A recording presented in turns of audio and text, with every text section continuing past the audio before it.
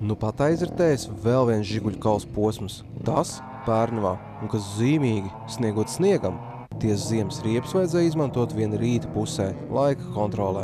Trases ideālo trajektoriju, žiguļu standarta klases bars ātri nobrauca sausu, tāpēc jau pirmajā kvalifikācijā pareizākā riepa izvēle bija vasaras riepas.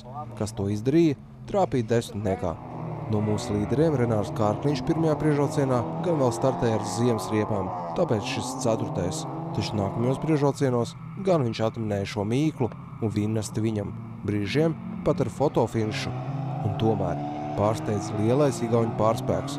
Brīžiem pat kvalifikācijas startos šie 4 tāji šāvās pa priekšu, un vienīgais, kurš spēja starp tiem ielausties, bija Kārkliņš. Lai tā būtu, mums fascinēja cīniņš par otrā labākā latviešu titulu. Ap 4., 5., 6. vietu, kā pielīmēti cīkstējās Hermans Banders un Matīs Vasilis.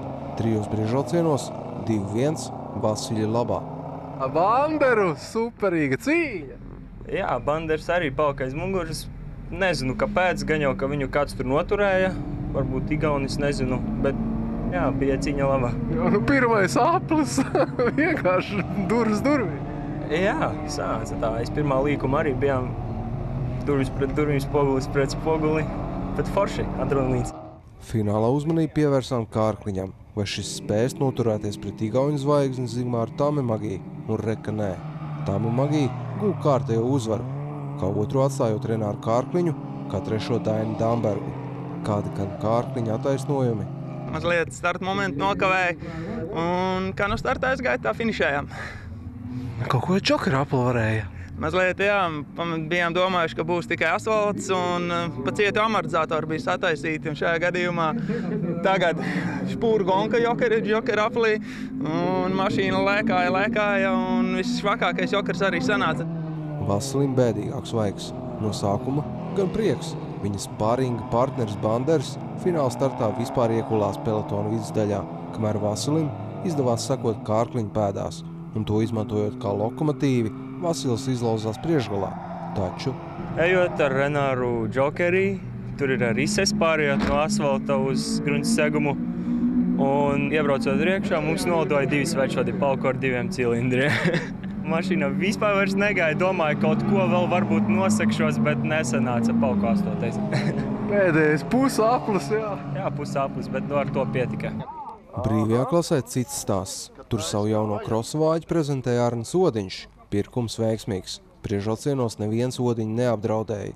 It kā pirmajos apļos uz to tiecās Kristaps Grunte, taču nē, brauks par agresīvu, un tad jau bija jāsadzas pret Aivaru Rēnišu, sportistu, kurš iegādājās Ingus seipuļu aparātu. Priekšrocienos 2-1 Rēniša labā. Jā, Rēniš bija tas labākais aiz Odiņa.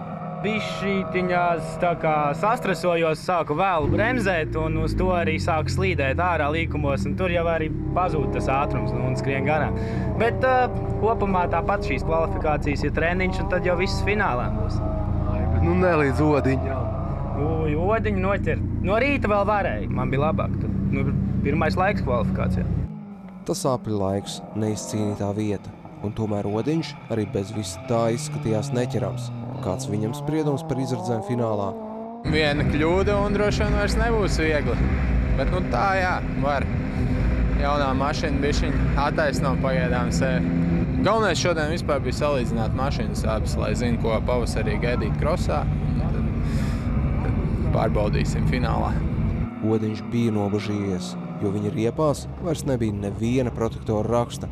Varbūt tāpēc finālā šis no starta aizbrauc tikai kā otrais, aiz Rēniša.